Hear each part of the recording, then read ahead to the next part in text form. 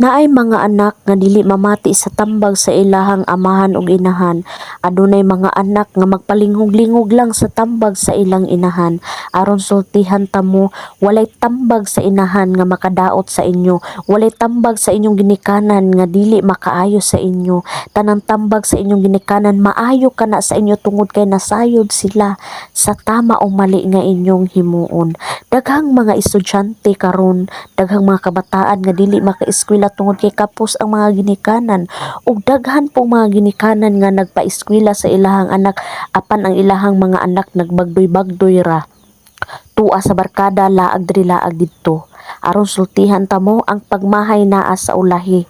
Matagtambag sa inyong ginikanan, tagaan ninyong bili tungod kay ang Ginoo nag-ingon, children obey your parents because maunay tinuod, maunay tama.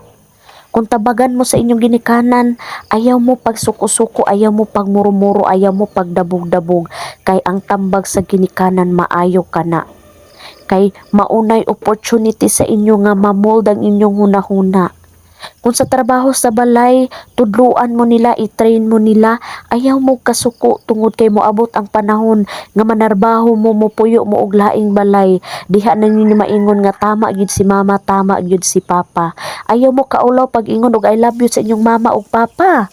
Kay mo I love you gani mo sa inyong uyab nga dagko na mo nagkita. Unsa na lang ka ang inyong ginikanan, ang inyong inahan, ang inyong amahan nga maoy nag-amuma sa inyo, maoy nag-atiman, sukad pa sa inyong pagkabata. Munang ayaw mog ulaw, ayaw ka ulaw pag ingon sa inyong mama, ma, pa, I love you, ug ako sa sila.